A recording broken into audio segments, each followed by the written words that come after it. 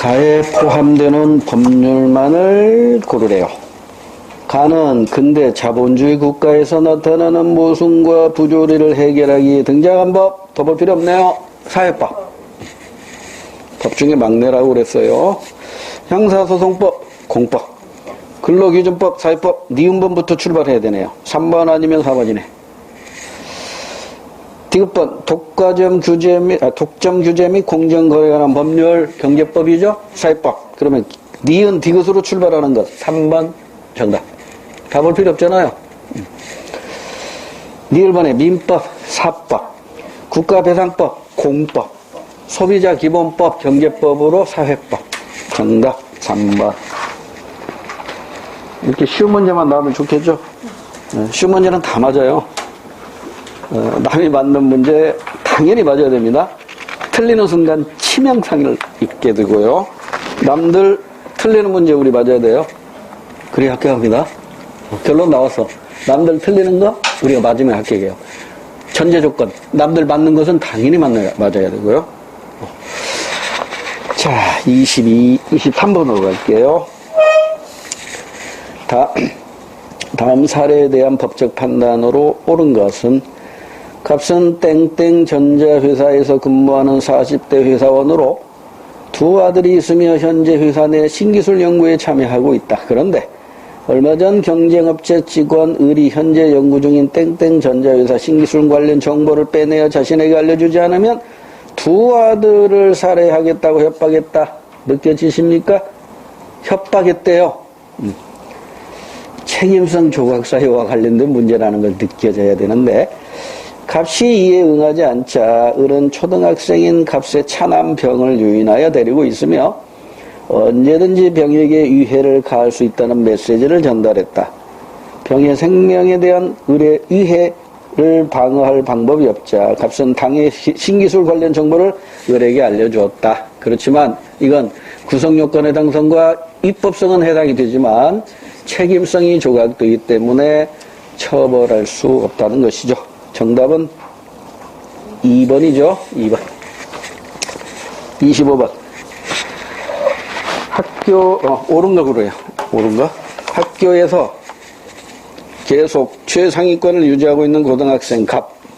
만 17세네요. 학교가 끝나면 무면허로 아버지의 승용차를 운전하는 일탈 행위를 즐기고 있었다. 그러다 결국 집 근처 길가에서 정차된 을과 병의 승용차를 파손시켰다. 일반 불법 행위겠죠? 이게 17세니까 책임성은 있단 말이에요. 중딩 이상은 책임성이 있다고 그랬잖아요. 그럼 이건 특수 불법 행위가 아니라 일반 불법 행위로 손해배상을 물어야 됩니다. 갑의 부모는 작은 가게를 운영하느라 갑의 일탈 행위를 전혀 몰랐으므로 자신들은 어떠한 법적 책임도 없다고 주장하고 있지만 이건 받아들이지 않겠죠. 자, 옳은 걸 찾으래요. 갑은 형사 미성년자이므로 땡. 17세입니다. 형사 미성년은 14세고요. 갑은 을과 병에 대해 채무 불이행을 근거한 손해배상 책임을 진다. 채무 불이행이 아니라 불법 행위에 대한 손해배상입니다. 자, 손해배상 청구권에 관한 채권은 두 가지 경우에만 성립된다고 그랬죠. 계약 체결 이후 채무 불이행의 경우 또는 불법 행위의 경우, 이 경우에만 손해배상 청구권이라는 채권이 발생하는 겁니다. 2번도 틀렸어요. 3번. 값은 특별한 사정이 없는 한 책임 능력이 있다고 판단되므로 을과 병에 대한 손해배상 책임이 있다. 정답. 일반 불법행위입니다. 일반 불법행위는 6가지만 모두 충족시키면 돼요. 가위가 손인책. 제일 마지막이 책이 뭐예요? 책임성. 이때 책임성은 판단 기준이 뭐다? 법률에 있는 게 아니라 대법원 판례로 중딩 이상이면 책임성이 있다. 초딩까지는 책임성이 없다. 이렇게 이해하세요. 4번은 왜 틀렸을까요? 값이 손해배상 책임이 있다면 값의 부모도 값의 행위에 대한 감독음을 게을리한 것으로 간주된다. 감독 의무와는 관계없어요. 이것은 책임 무능력자에만 해당되는 것이지 이건 책임 능력자이기 때문에 감독 의무와는 무관한 것이다. 27번으로 갈게요. 옳지 않은 것 찾으래요.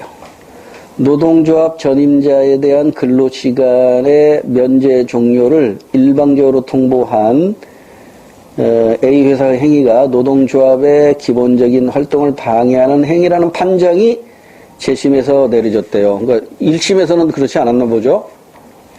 재심에서 내려졌대요. 그러니까 부당 노동행위라고 판단이 내려졌다. 이 판정은 초심인 땡땡 지방노동위원회 판정을 취소하고 A 회사의 노동조합의 주장을 받아들인 것이다. 노동조합이 부당 노동행위에 대한 구제 신청을 한 것이고요. 자, 옳지 않은 거 찾아야 됩니다. 디귿은 즉 재심은 리을 초심의 판정에 불복하는 경우에 중앙노동위원회에서 담당한다. 맞네. 네. 청주지방노동위원회가 초심이었다면 재심은 세종시에 있는 중앙노동위원회로 간다고 그랬죠. 1번 맞아요. 틀린 거 골라야 됩니다. 2번. 기억은 A 회사의 행위는 디귿에서, 즉 재심에서 부당 노동행위로 인정된 거죠. 맞고요. 3번. 디귿은 재심은 A 회사의 노동조합이 신청하였다. 그렇죠. 초심에서는 깨졌지만 재심에서 이긴 거잖아요. 3번도 맞아요. 그럼 볼 것 없이 4번이 틀린 것으로 정답이겠네요. A 회사는 니은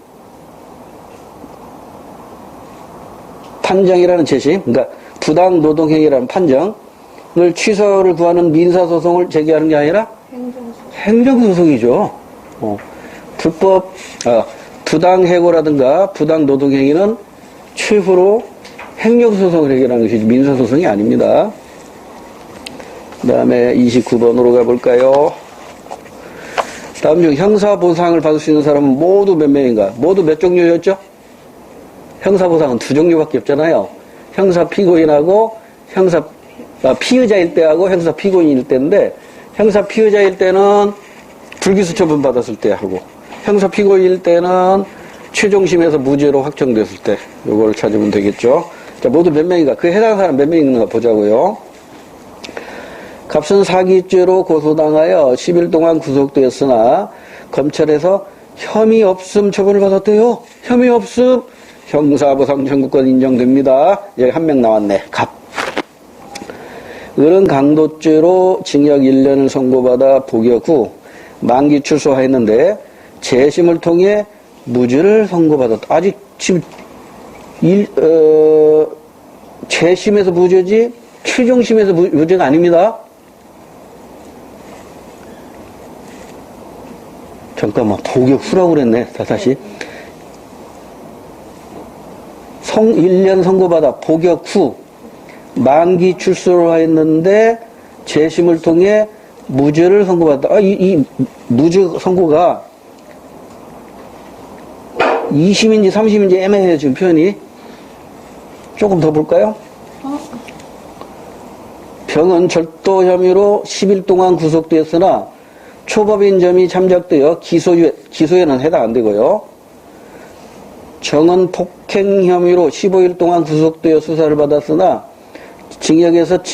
재판에서 징역 1년 집행유예, 이것도 해당이 안 돼. 그러면 한 명이냐 두 명이냐 이제 이 얘기가 나오네. 값은 분명하죠. 을이 문제인데 강도죄로 징역 1년을 선고받아 복역 후 만기 출소하였는데 재심을 통해 이건 이렇게 받아들여요. 재심이라고 했으니까 대법원에서 확정이 된 걸 다시 뒤집는 재심을 말하는 거네요. 새로운 증거가 나오면 재심이 가능하거든요. 새로운 증거가 나오면. 그래서 무죄를 선고받았다.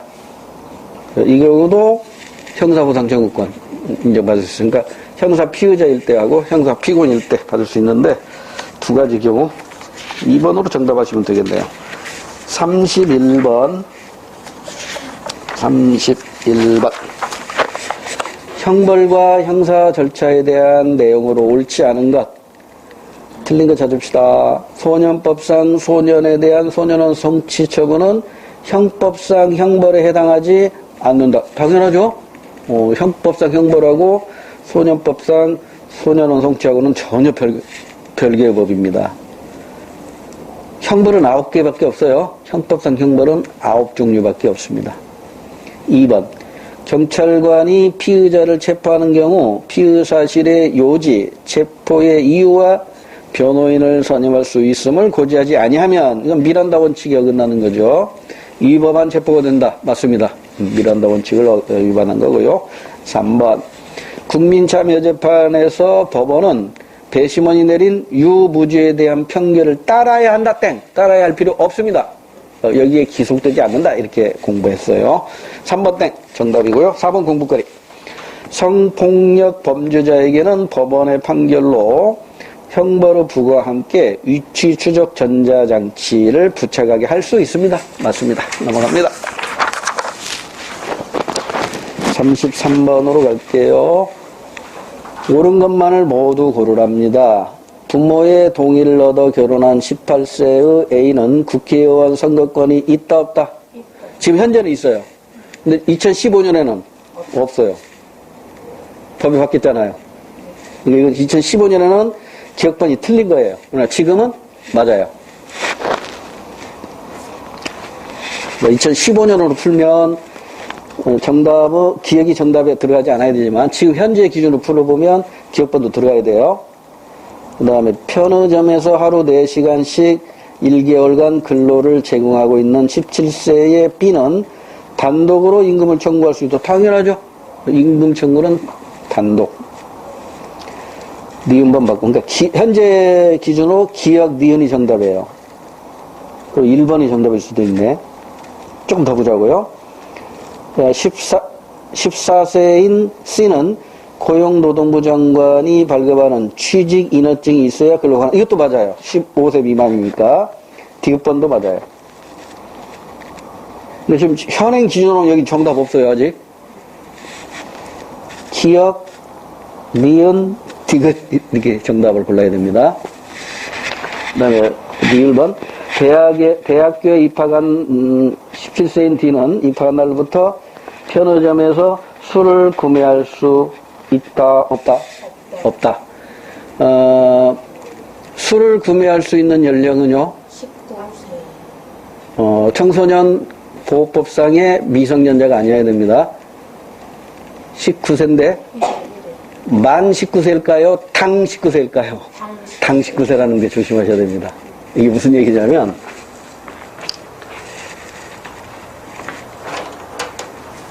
우리 민법상 미성년자는 만 19세 미만이죠. 청소년 보호법상 미성년자는 만자가 없어요. 그냥 19세 미만이거든. 19세 미만이니까 이 앞에 아무 말이 없다는 얘기는 당 19세거든. 그러니까 우리 민법상 미성년자는요, 생일이 지나야 돼요. 만 19세가 되는 생일이 지나야 되지만, 청소년 법상 미성년자는요, 생일이 지나지 않아도 19세가 되는 1월 1일부터 성년이 되는 거예요. 이게 출제된다면 많은 분들이 틀릴 거야. 많이 아닙니다. 그러니까 올해 만 19세가 되는데 생년월일이 9월 1일이라고 가정해봐요. 그러면 9월 1일 딱 지나야 성년이 되거든요. 근데 청소년 보호법상은 올해 1월 1일부터 성년이 되는 거야. 그래서 술 살 수 있어요. 그 차이가 있다고. 미묘한 차이인데 이걸 가지고 문제를 만들어 놓기도 하더라고요. 자, 그래서 니을번은 틀렸습니다. 정답은 기억, 니은, 디귿입니다. 기억, 니은, 디귿. 올해 기준으로 풀어야 돼요. 35번 다음 사례에 대한 법적 판단으로 옳지 않은 것, 다툼이 있는 경우 판례가, 우리가 뭐 판례를 어떻게 알아? 공부를 안 했는데. 모르죠? 그러니까 무시해버리고 문제 풀어나가면 되는 거예요. 자, 이제 틀린 거 찾아보자고요. A는 자신 소유의 자동차에 불을 질러 공공의 위험을 발생시켰다. 방화죄네. 처벌받아야겠지. 근데 이게 1, 2, 3, 4가 A, B, C, D도 나왔으니까 1번으로 바로 가서 A의 행위는 피해자의 승낙에 해당하므로 위법성이 조각된다. 말도 안 되는 소리죠. 자기 집에다 자기가 불 지르고 내가 불 지르라고 승낙했다. 공공의 위험을 초래했잖아요. 그러니까 처벌받습니다. 하지 말아야 할 걸 했잖아요. 그러니까 1번이 틀렸어요. 위법성 조각되는 게 아니에요. 자, 나머지 공부거리. 권투 선수 B는 시합 중 상대방 선수인 갑을 때려 큰 부상을 입혔다. 이건 정당 행위죠. 2번. 갑이 권투 시합의 결과 사망한 경우에도 B의 행위는 정당 행위로서 위법성이 조각이 됩니다. 맞아요. 세 번째. 음주운전으로 운전면허가 일시 정지된 의사 C는 응급환자에게 가기 위하여 자동차를 운전하였다. C가 택시를 타고 갈 수 있었음에도 불구하고 스스로 자동차를 운전했다면 C의 행위는 위법성이 조각되지 않겠죠. 긴급피난이 아니잖아요. 그 다음에 4번.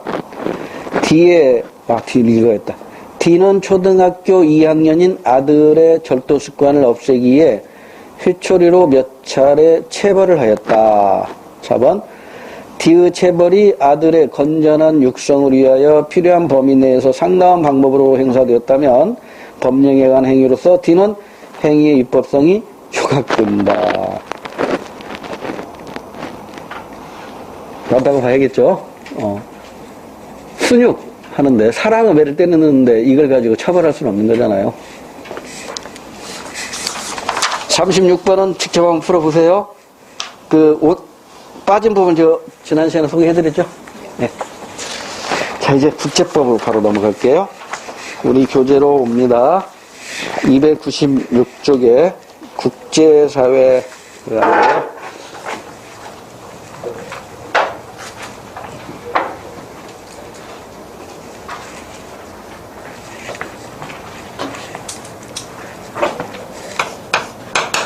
국제사회. 한 문제 충분히 출제가 되죠?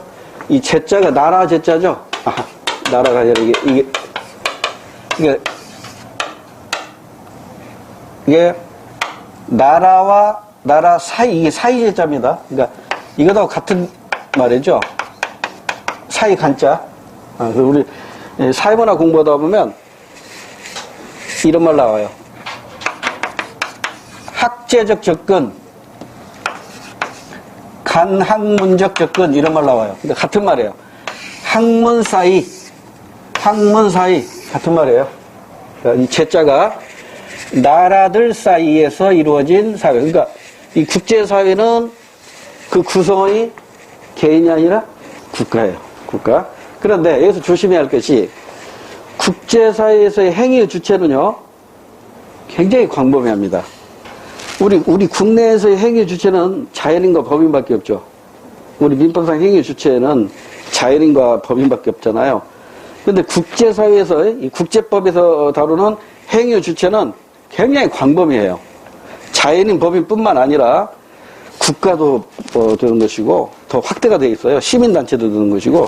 그래서 그 얘기를 하기로 하고, 조금 이따 하기로 하고, 국제사회의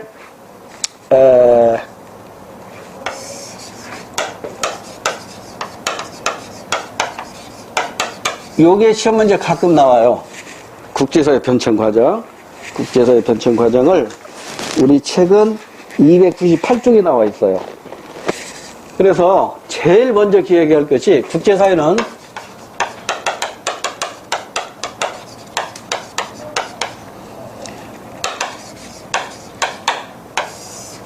베스트팔렌 조약이라고도 하고 협약이라고도 하고 회유라고도 하는데 우리 교재대로 써드릴게요. 베스트팔렌 회의를 통해서 만들어진 조약이 있어요. 이게 뭐냐면 구체적인 내용 시험문제 안 나오니까 이게 꽤 오래전 얘기인데 1600년대 얘기인데요. 그 영국하고 프랑스하고요 종교 때문에 30년 동안 전쟁을 해요. 종교 전쟁이라고 하는데요. 그러니까 영국하고 섬나라인 영국하고 대륙에 있던 프랑스하고 종교 문제로 30년 동안 전쟁을 하는데 그 전쟁을 종식시키면서 조약을 맺은 게 바로 베스트팔렌 조약이에요. 그래서 이 베스트팔렌 조약이 갖는 의미는 뭐냐면 국제사회라는 단어가 이때 처음으로 등장하게 돼요. 그러니까 국제사회가 성립된 계기가 되는 게 뭐냐? 이걸 기억하시면 돼요. 베스트팔렌 조약을 통해서 근대 민족국가가 성립되고 그 근대 민족국가를 구성바지로 하는 국제사회가 최초로 등장했다. 이렇게 알아두시면 되고요. 그 다음에 두 번째 단계가 뭐냐면, 자, 이제 근대 민족국가가 등장하면서 이제 국제사회는 국가가 하나의 행위 주체가 되고 행위의 단위가 되는데 이제 힘을 길러가지고 땅 따먹기 싸움을 해요. 땅 따먹기 싸움. 그 땅 따먹기 싸움이 바로 식민지 쟁탈전입니다. 그 식민지 쟁탈전에 의해서 그 아시아나 아프리카 국가들의 약소 민족 국가들이 희생을 당하죠. 그게 바로 1차 세계대전이죠. 그래서 우리 책에도 제국주의라고 하어 있죠. 제국주의 시대. 제국주의 시대를 거쳐서 그 다음에 1차 세계대전이 끝나고 국제연맹이라는 게 만들어져요. 이제 우리 싸우지 말자 해서 국제연맹을 만들었는데 미국이 가입을 안 해요. 니들끼리 잘 놀아. 관심을 안 가져요. 그래서 결국 국제연맹은 깨지게 됩니다. 그리고 이제 이게 제국주의라는 게 패권주의죠. 힘을 길러가지고 이웃나라를 자꾸 먹는 거죠. 그래서 큰 제국을 만들어 나가는 건데, 그러다가 이제 1차 세계대전이 발생했고, 국제연맹이 별로 효과가 없다 보니까, 그 다음에 등장한 게 이제 전체주의예요. 그러니까 이 전체주의는, 가장 대표적인 사례가 독일의 나치즘, 이탈리아의 파시즘, 일본의 군국주의. 오직 자기 민족, 자기 국가만이 최우선이다라는 정책주의죠. 그래서 이것 때문에 결국 또 2차 세계대전이 일어나요. 2차 세계대전이 종식되면서 유엔이 만들어집니다. 유엔. 이런 거 중학교 때 많이 들었던 얘기죠. 그러다가 이제 2차 세계대전이 종식되고 유엔이 만들어지고 나면서 1950년대, 1945년에 2차 세계대전이 끝났잖아요. 그러면서 이제 50년대에 가면 이제 어떻게 되냐면 미국 중심의 자유진영과 소련, 지금은 이제 국외가 됐지만 예전에는 소비에트 연방공화국이었잖아요. 소비에트 연방공화국, 소련 중심의 공산진영이 서로 이념 가지고 싸워요. 공산주의가 우선이다. 자유주의가 우선이다. 이념 가지고 싸워요. 그러니까 총칼로 싸우는 게 아니라 머리 갖고 싸우는 거예요. 사상 가지고, 이념 가지고 싸우는 거예요. 그래서 그걸 총칼로, 화기로 싸우는 게 아니라, 무기로 싸우는 게 아니라 이념 가지고 싸운다 해서 냉전이라고 해요. 차가운 전쟁. 콜드워. 차가운 전쟁. 냉전 시대가 됩니다. 우리나라도 이 냉전 시대의 희생자가 되죠. 희생국이죠. 남북이 분단되잖아요. 소련과 미국의 이런 양극체제 하에서 우리 한반도가 분단이 된다고. 그러니까 전체주의 일본 군국주의에 우리가 또 식민지 지배를 받다가 결국 한반도가 통일이 안 되고 반절 쪼개가지고 북한은 소련과 손잡게 되고 남한은 미국과 손잡게 되고 이렇게 되잖아요. 그러다가 이제 50년대가 이게 양극체제란 말이에요.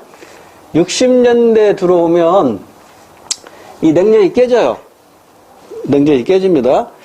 그 냉전이 깨지는 이유가 다양해요. 그런데 우리가 시험 문제와 관련해서는 냉전 시대가 깨지는 이유가 첫 번째는 2차 세계대전이 끝나고 아시아와 아프리카 지역에 주로 있던 신생 독립국가들이 하나씩 둘씩 유엔에 가입을 해요. 유엔에 가입해가지고 유엔은 1국가 1주권주의입니다. 그러니까 투표에서도 한 국가에 한 표가 주어져요. 미국도 한 표, 아프리카 오지 국가도 한 표. 숫자적으로는 누가 많아요? 이 신생 독립국가들이 숫자가 많거든요. 그러면서 이제 미국, 소련 이게 아니라 각자 독자적인 노선이 나타나기 시작하는데 그 대표적인 나라가 프랑스 있어요. 프랑스에서 미수가 어딨어? 우리는 우리가 할 거야. 이렇게 나온다고.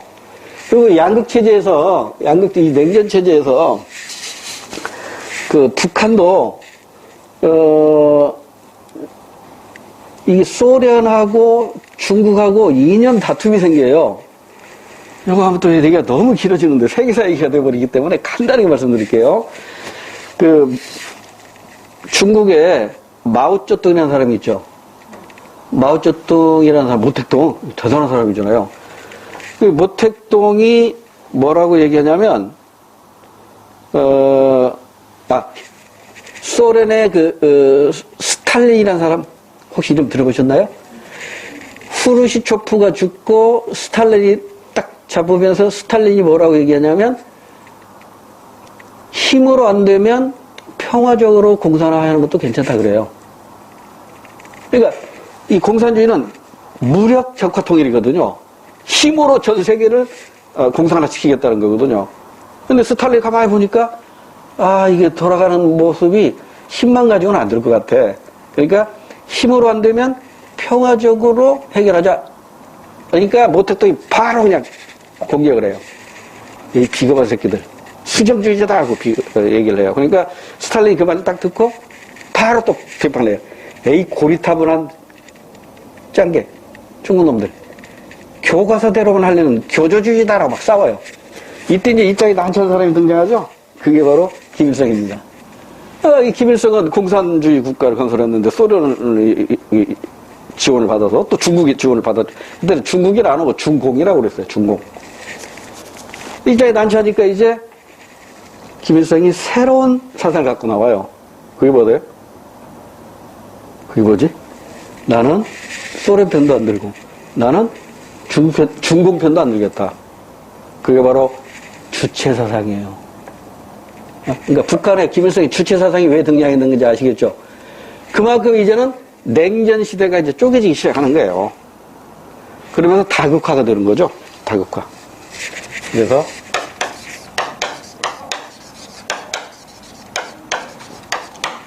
다극화 취재가 되는데 이 냉전 시대와 관련해서 이거 3단계가 또 시험 문제에서 자주 언급이 돼요. 냉전 시대의 3단계. 형성, 완화, 해체. 우리 책에 298페이지 있죠? 형성, 완화, 해체. 자, 이 양극체제가 형성된 건, 여기 이제 또 세계사적인 얘기인데 간단하게 할게요. 소련이 동유럽 국가들에게 무기라든가 물질적인 원조를 통해서 공산화를 시키려고 그래요. 그 대표적인 나라가 체코슬로바키아, 지금 체코슬로바키아라고 안 하죠. 옛날 이름은 체코슬로바키아가 국가였는데 이게 체코하고 무슨 쪼개졌어요, 나라가. 유고도 지금은 유고라고 하고 옛날에 유고슬라비아라고 했거든요. 이런 나라들에게 군사적, 경제적 원조를 통해서 공산화 시키려고 했다고. 그러니까 이제 미국의 그 당시 대통령인 트루먼 대통령이 그 동유럽 국가, 뭐 체코라든가 유고라든가 이런 나라한테 야, 너네 소련에서 경제 원조나 군사 원조나 받지 마. 우리가 해줄게. 그러면서 그 당시 재무부 장관이었던 마샬이라는 사람한테 야, 저 유럽의 그 공산화되려는 국가들, 공산주의 친한 국가들 원조할 수 있는 플랜을 짜봐. 그랬다고. 그게 마샬 플랜이에요. 그래서 트루먼 독트린하고 소련의 팽창주의에 대해서 여기에 소련의 팽창주의에 맞서기 위해서 트루먼 독트린이 등장하고 이 트루먼 독트린을 실제로 그 마스터 플랜을 짠 게 마샬 플랜이죠. 그래서 결국 소련 대 미국 이렇게 양쪽으로 양극화가 시작된 거예요. 그러다가 이 완화는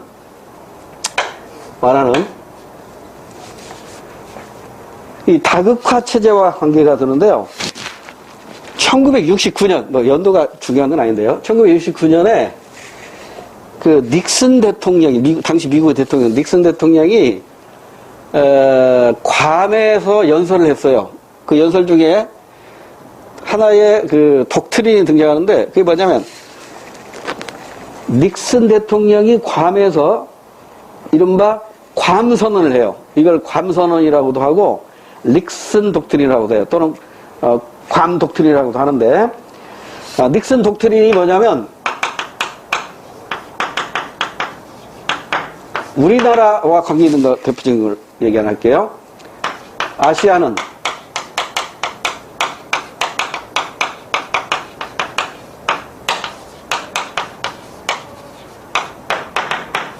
이거예요. 아시아는 이제 우리 미국이 안 도와줘. 너네 손으로 해. 그래서 우리 한반도에 어떤 일이 일어나요? 미군이 축소됩니다. 미군이 일부 철수하고 미군이 축소가 돼요. 그러면서 더불어 신생 독립국의 유엔 가입 하면서 이제 다극화가 이루어지잖아요. 그래서 이제 완화가 되기 시작하는데, 그럼 언제 해체되었느냐? 여러분 기억할지 모르겠네요. 고르바초프라는 사람 기억나요? 이 고르바초프에 의해서 소련이 붕괴가 돼버려요. 그래서 지금은 이제 러시아가 된 것인데, 고르바초프하고, 89년으로 기억이 드는데, 저 미국의 아버지 부시, 얼마 전에 돌아가셨죠? 그러니까, 고르바초프하고 아버지 부시가 저기 흑해 연안에 있는 그 해양 도시가, 갑자기 도시 이름이 생각이 안 나네. 몰타에서 몰타선을 해요. 이 몰타선을 통해서 냉전이 종식이 됩니다. 그래서 이 3단계 양극체제가 어떻게 해서 시작됐고 어떻게 해서 완화되고 그다음에 어떻게 해체되는가, 이 3단계가 시험 문제에서 가끔 언급이 되니까 기억에 두시고요. 그 다음에 두 번째로 출제가 되는 게 국제사회를 보는 관점인데, 세 가지가 있어요. 근데 우리 시험범위에 해당되는 것은 두 가지니까 두 가지만 기억하시면 됩니다. 하나가 현실주의, 또 하나가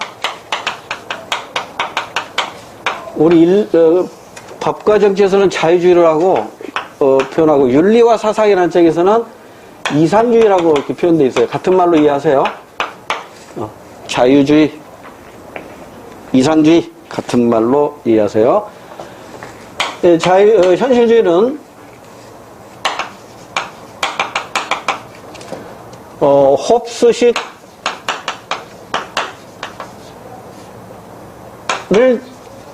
강조합니다. 홉스는 자연 상태를 어떻게 가정했어요? 우리 공부했잖아요. 사회계획서 공부할 때. 만인의 만인에 대한 투쟁으로 봤잖아요. 그러니까 힘이고 정의란 말이에요. 힘 있는 사람이 독식하는 거예요.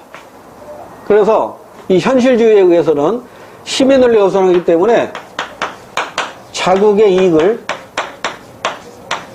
최우선으로 하는 게 바로 현실주의예요. 그래서 어제의 적이 오늘의 친구가 될 수 있고요, 오늘의 친구가 내일 적이 될 수 있다는 게 바로 현실주의 입장이에요. 우리 주변에서도 많이 나타나죠. 친했던 친구가 어느 날 배신하기도 하고, 또 배신했던 친구가 또 다시 돌아오기도 하고. 그런데 자유주의는 홉스식 힘의 논리를 강조하는 게 아니라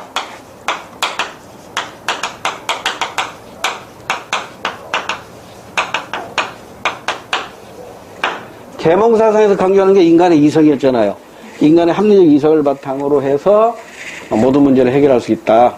이렇게 본 것인데, 그래서요, 이 현실주의에서는 힘의 논리가 강조하기 때문에 모든 국제 분쟁은 전쟁으로 해결합니다. 국제 분쟁은 전쟁으로 해결해요. 그런데 이 자유주의 입장에서는요, 이성을 강조하기 때문에, 그러니까 여기다 써볼까요? 힘의 논리가 그렇기 때문에 전쟁은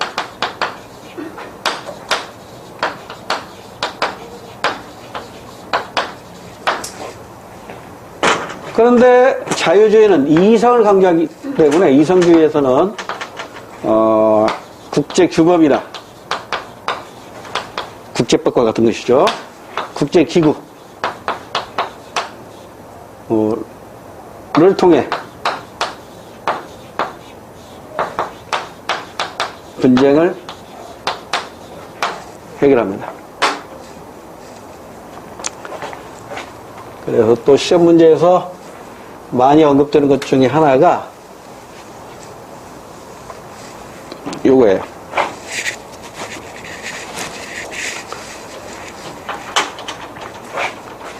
그러면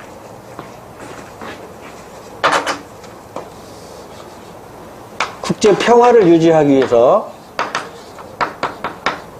어떤 전략이 필요할까?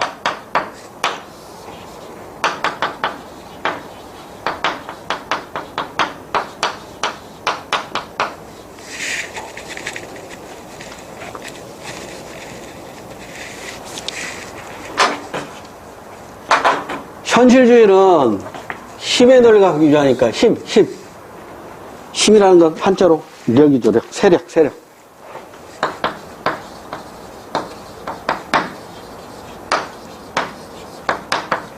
세력이 팽팽해야 싸움이 안 벌어져요.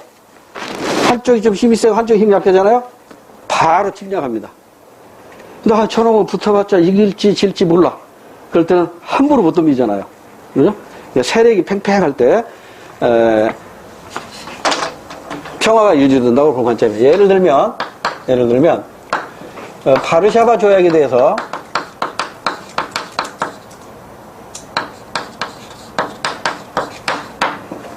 나토 협약이 등장하죠. 이 구체적인 내용 몰라도 돼요. 그러니까 유럽에서 이 바르샤바 조약은 공산주의 중심이잖아요. 나토는 미국 중심으로 자유주의 중심이잖아요. 그러니까 이게 서로 팽팽한 그 힘이 맞서기 때문에 국제 평화가 유지된다. 이렇게 보는 것이죠. 그러면 우리나라와 관련된 걸로 해볼까요? 우리나라 관련된 거. 북한이 핵을 개발하는 이유가 뭐예요? 미국은 핵 가지고 있고 북한이 핵 가지고 있으면 언제든지 미국한테 당하잖아요. 그러니까 미국 너나만 핵 있어? 우리도 핵 있어. 함부로 하지 마. 세력을 키우는 거잖아요. 그러니까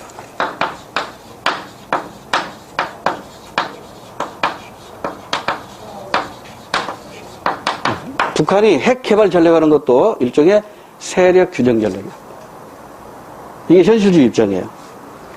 그런데 이상주의, 자유주의 입장에서는 이성을 강조하기 때문에, 인간의 합리적 이성을 강조하기 때문에 그러지 말고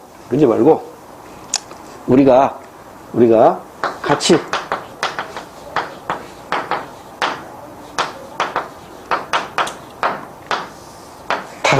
다 같이 살자. 집단 안보 전략입니다. 집단 안보 전략. 예를 들면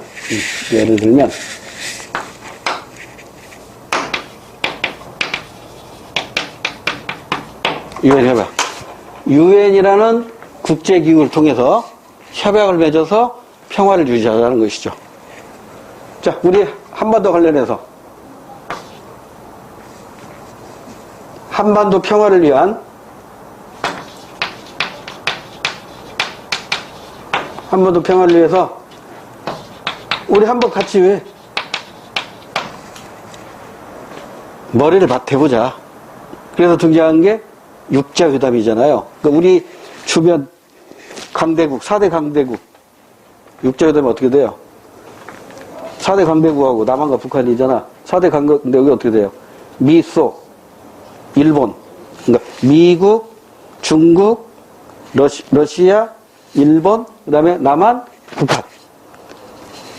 6사람들이 모여서 어떻게 해야 우리 한반도의 평화가 유지될 것인가. 같이 한번 집단 안보를 통해서 해결하자. 이게 바로 집단 안보 전략이죠. 그래서 이 두 개를 연결시켜서 시험 문제가 갈래요. 샤르체즈 입장은 평화 유지 전략은 세력주의 전략이고 세력주의 전략이 어떤 것이 있고, 자유주의 입장에서의 평화 유지 전략은 집단 안보 전략인데 집단 안보 전략에는 어떤 것이 있고, 이렇게 연결을 시켜서 출제를 하고 있으니까요. 기억해 두셔야지 문제 풀 수 있을 거예요. 나머지 이제 세세한 내용들은 우리 교재 296페이지 참고하시고요. 한 장을 넘겨볼게요. 국제사회 형성과 변천, 이것도 세계사적인 내용이니까 순서대로 쭉 한번 읽어보세요. 넘어갈게요. 탈냉전 시대, 이게 바로 다국화 시대죠. 양극화 시대에서 벗어나는 것이니까, 그렇죠. 탈냉전, 탈양극화 읽어보시면 되고, 그다음 국제문제의회, 이것도 어려울 거 없어요. 평화안보, 남북. 여러분, 남북 문제 말뜻을 잘 이해하세요. 남한과 북한의 문제가 아닙니다. 남북 문제라는 것은 우리 한반도를 놓고 보지 마시고요. 지구를 놓고 보세요. 지구를 놓고 보면 적도를 중심으로 북반구에는요, 주로 선진 공업국가가 위치하고 있고요. 남반구에는 후진 농업국가가 위치하고 있어요. 그래서 남북 문제라는 건 뭐냐면, 남쪽에 있는 가난한 나라와 북쪽에 있는 부자 나라 간의 경제적 격차 문제를 남북 문제라고 해요. 이걸 해결하기 위해서 유엔의 전문기구가 만들어져요. 웅크타드라는 게 있는데, 몰라도 돼요, 그건. 그러니까 남북 문제는 선진국과 후진국 간의 경제 문제입니다. 그럼 동서 문제는 뭐예요? 동서 문제는 이념 문제거든요. 자유진영이냐, 공산진영이냐. 그래서 이 동서 문제는 오늘날 퇴색했어요. 근데 오늘날 심각해지는 건 뭐예요? 남북 문제라고요. 선진국과 후진국 간의 이 경제적 격차가 자꾸 커지거든요. 우리 국내로 말하면 부자와 가난한 자의 빈부격차가 계속 커지듯이 나라 간의 빈부격차도 커지니까 이게 불균형 문제가 발생한다고요. 그래서 이걸 해결하기 위해서 유엔이 지금 나서고 있어요. 그 유엔이 나서고 있는 기구가 운크타드라는 게 있어요. 예전에 이것도 시험문제 나왔는데 UNCTAD 국제연합 부흥개발 이렇게 협약인가? 하여튼 운크타드, 이게 남북 문제 해결을 위해서 등장했다. 이 정도만 알아두세요. 남북 문제 해결을 위한 유엔 기구입니다. 유엔에 만들어진 남북 문제 해결을 위한 기구, 운크타드라고 합니다. 우리 책에는 그 얘기도 없죠? 옛날에는 이런 것도 시험에 나왔었는데 지금은 별로 시험 문제 안 내더라고요. 한 장을 넘겨볼게요. 인권, 보관, 이런 읽어보시면 되고요. 자, 나머지도 한번 복습한 의미로 읽어보시고요. 쭉 넘어가서 국제관계와 국제법 이렇게 되네요. 조금만 쉬었다, 이제 금방 끝나니까 조금만 쉬었다 이거 마무리하고 바로 사회문화 들어갈게요. 사회문화 책도 가져오셨죠? 잠깐만 쉬었다 할게요.